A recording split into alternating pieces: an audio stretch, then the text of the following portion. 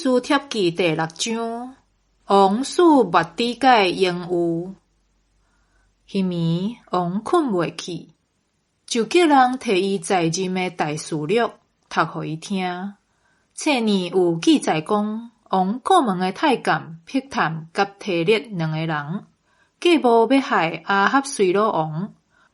末底改对王报告这个事，王讲：末底改做这个事，我兼有赐伊什么荣誉甲地位？事后，王的人臣应讲：无赐伊什么。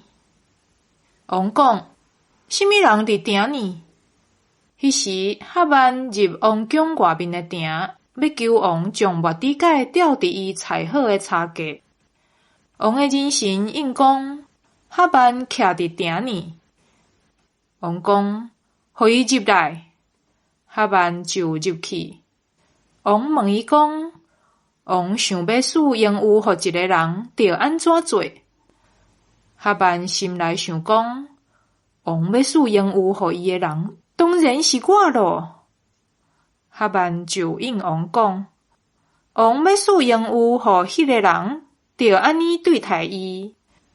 王就叫人将王所穿的袍带来，将所徛伫花冠的马牵来，托一个极尊贵的大臣，甲迄个人穿王袍，互伊徛迄只马，设城的广场，搁伫伊的头前喊讲：王要赐伊荣誉的人，王会安尼对待伊。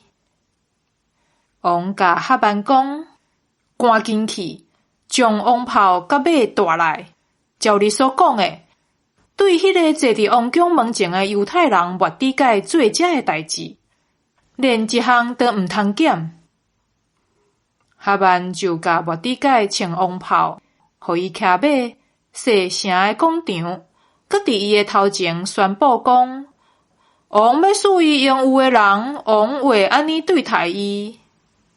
然后，末底改倒来王宫的门，哈曼忧闷砍头，赶紧倒去因兜。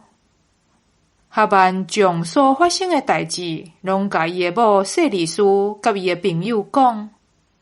伊遐的参谋甲伊的某舍利斯甲伊讲：你一旦对起头就是末底改，伊若真正是犹太人，你一定袂赢伊，会绝对失败。因要伫讲话的时，王的太监来，催哈曼赶紧去赴以斯帖所设的宴席。